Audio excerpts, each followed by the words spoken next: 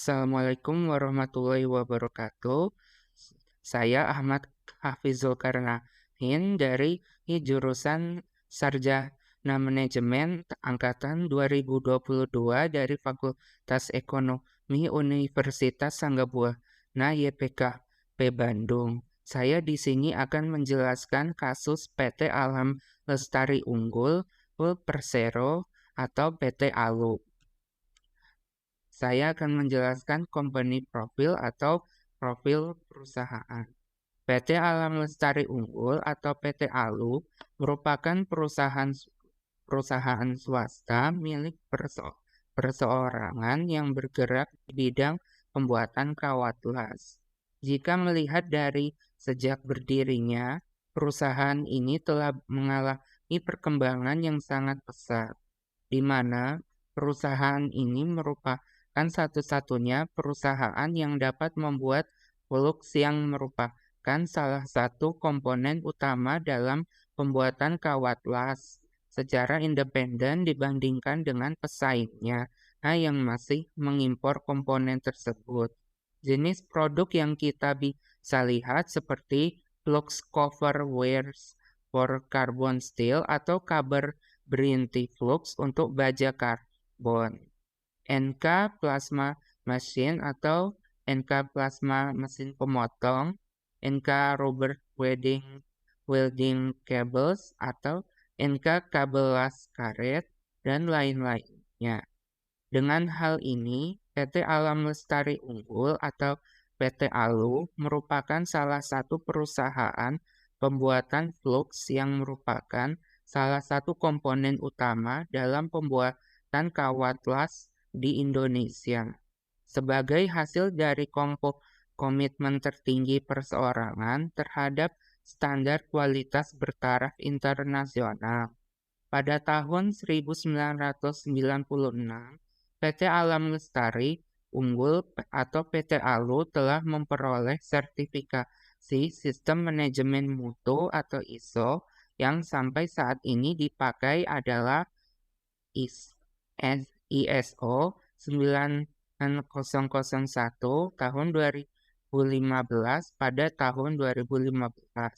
Sementara itu, PT ALU telah mendapatkan sertifikasi Sistem Manajemen Mutu atau ISO 9001 tahun 1999 oleh Liard Register Quality Assurance pada tahun 1996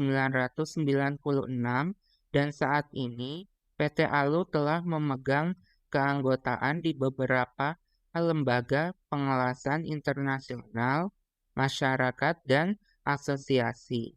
Di balik semua kesuksesan yang telah diraih oleh perusahaan ini, terdapat kelemahan yang dikhawatirkan dapat mempengaruhi perusahaan untuk dapat terus bersaing di pasar, seperti kesehatan pada fisik karyawan yang saat melaksanakan pada tugas tertentu.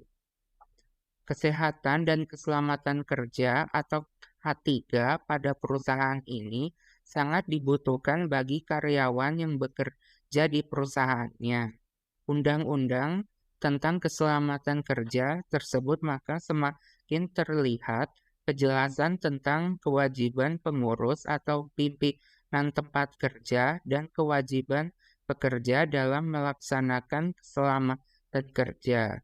Kerugian yang dialami perusahaan seperti biaya, waktu, mutu, dan akan berdampak pula pada kelancaran pekerjaan dari perusahaan.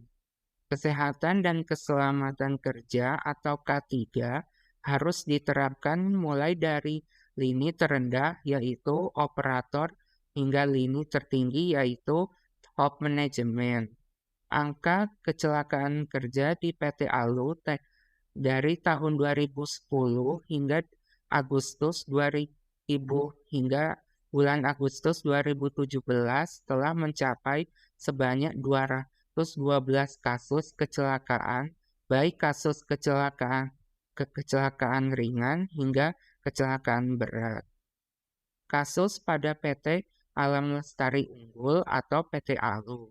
Pada tanggal 23 Juni tahun 2020, Indonesia dikejutkan dengan permasalahan pada saat musim Corona-19 oleh PT Alam Lestari Unggul atau PT ALU.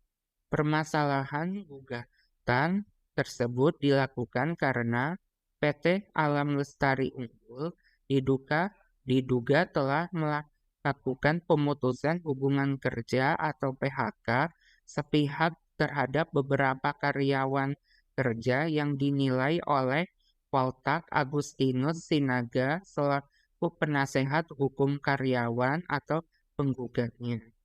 Permasalahan tersebut disebabkan oleh tindakan yang semena-mena dan tindakan arogan perusahaan tanpa mengindahkan peraturan perundang-undangan yang berlaku. Sebelum diketahui bahwa Dinas Tenaga Kerja Kabupaten Tangerang telah menerbitkan anjuran tertulis nomor 567 ta, ta, ta, tanggal 23 nomor 23 12 Disnaker 2020 tertanggal 23 Juni tahun 2020 untuk dilaksanakan oleh para pihak. Sayangnya, kata Poltak, PT ALU yang diwakili oleh Indra Darmawan selaku HRD Manager tidak mengikuti anjuran yang dilakukan oleh Dinas Tenaga Kerja Kabupaten Tangerang. Terima kasih atas dari penjelasannya. Mohon maaf apabila kekurangan dan juga ketidakbenaran. Terima kasih. Wassalamualaikum warahmatullahi wabarakatuh.